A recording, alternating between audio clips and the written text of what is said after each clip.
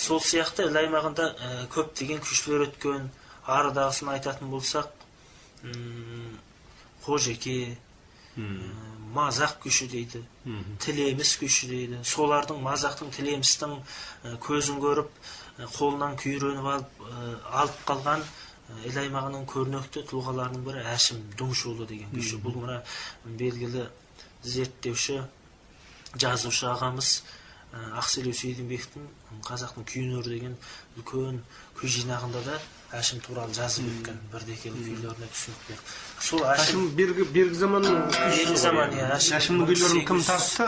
Мұқаш Таңғұтлы бағдарламада тартты. Мұқаш ағамыз да тартады. Енді сол Әшім жаңа айтып отырған Мазақ Тилемістердің көзін көріп алып қалған күйші болса, Әшімнің көзін көріп қолынан үйреніп алып қалған қазірдің өзінде жасы 80-нің сеңгірінде отырған Камал Махай деген ақсақалымыз бар. Мен сол кісінің алдын көріп, енді мынау Әшім күйлерін біраз үйрендім сол кісінің.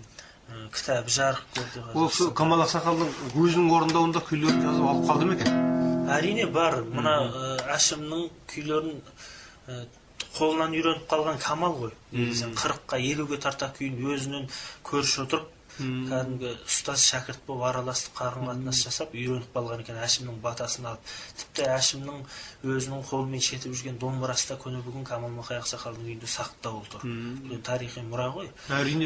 Сондықтан Әшімнің өз қолымен шерткен күйлері де бар, ол кісіде Әшімнің қолынан үйренген түгел Әшімнің күйлерін тартқан үнтаспасы да Камалдың қолында сақтаулы. Көзі де тірі, ол кісінің қазір 87 жаста. Сол кісіден үйренген Әшімнің бір күйін тартып берейін. 50-ге тартқан күйі бар. Соның ішінде кеңес күйлері деген 50-ге тарта күйдің ішінде кеңес күйлері деп аталатын 7 тараудан тұратын 7 күй бар. Бас кеңес дейді, алмалы кеңес, салықшы кеңес, кедей зары, мұңды қыз, ана зары деген. Бұл енді сол кездегі Гоминдан үкіметі кезіндегі оқиғаға байланысты туған. Әшімнің туған жері Іле Қазақ автономиялы облысы, Күнес ауданы болса керек. Күнес ауданының Үшбұлақ деген үлкен жайлауы бар. Қазақтардың сайын сахара жайлауы ғой. Сол Үшбұлақ жайлауында Гоминдан үкіметі кезінде жаңағы Әшімнің туған жері ғой енді. Әшім өзі Алмалы ауылында туылып өсті дейді. Сол Үшбұлақ жайлауында алман салық төлемеген қазақтарға зорлық-зомбылық жасаған Гоминдан үкіметі. Сол зорлық-зомбылықты көзімен көрген Әшім осы зорлық-зомбылық кезіндегі қазақтардың тұрмыс тіршілігіне, мұң-зарына арнап 7 тарау күй тартқан дейді. Оның бірі бас кеңесі жаңағы. Алмалы кеңесі, салықшы кеңесі жаңа айтып өттім ғой сол. Әшімнің 7 тараудың ең басы бас кеңес деп отырмын ғой. Бұл бас кеңестің тарихы өзі бөлек. Қалған 6 кеңес жаңағы оқиғаға байланысты шыққан деп айтылады. Бас кеңестің тарихы енді Әшімнің туған ауылы, Алмалы ауылы кедей екен. Алмалы ауылы кедей ауыл болса керек. Жаз жайлауға шықса Әшім атын мініп домбырасын қанжығасына байлап жаз жайлауға барады екен. Барғанда шалқыған өмір, жайлау салтанаты, ақ үйді тігіп тастап, биені байлап шалқып отырған жаз жайлаудағы. Жайлаудағы жағдай басқа өзге болады. Тіршілік Әшімді қолқалап бәрі құрметтеп атынан түсіріп, қымызын құйып, күйін тартқызып, тыңдап. Біраз күн өткеннен кейін Әшім енді өзінің туған туысқандары ауылына келу керек қой енді Алмалыға. Қайтып келіп Алмалыға келсе жаңағы бидай тарыны шошқадан қорып, торғайдан қорып шуылдап жүрген ауылдың кедей балалары, ауылдың тұрмыс тіршілігі, Әшімді жаз жайлауға кеткен Әшімді сағынған ауыл ақсақалдармен ақсамайлы әжелеріміз ойбай Әшім келді, Әшім әлгі күйіңді тартшы, керемет бір күйің бар еді ғой деп тартқызады екен. Сонда Әшім осы кеңес күйін тартқанда көзіне жас алмайтын қарт аталарымыз бен әжелеріміз жоқ деп айтса да болады. Бәрі көзіне жас алып, бұл күйіңнің аты немене балам деп тіпті бір ақсақалдарымыз бенен апаларымыз сұрағанда Әшімнің айтқан күйі мынау енді кеңес деп айтады екен. Сонда енді бір қоғам болғанмен екі тұрмыс. Жаз жайлауға барса шалқыған өмір, туған Алмалы ауылына келсе кедей шаруалардың енді жаңағы жайлауға да көшіп шығатын дәрмені жоқ. Сол ауылда бидайын егіп, тарысын егіп отырған ауыл адамдарының тұрмысына арнап осы кеңес деген күй. Сол бас кеңесін тартып берейін.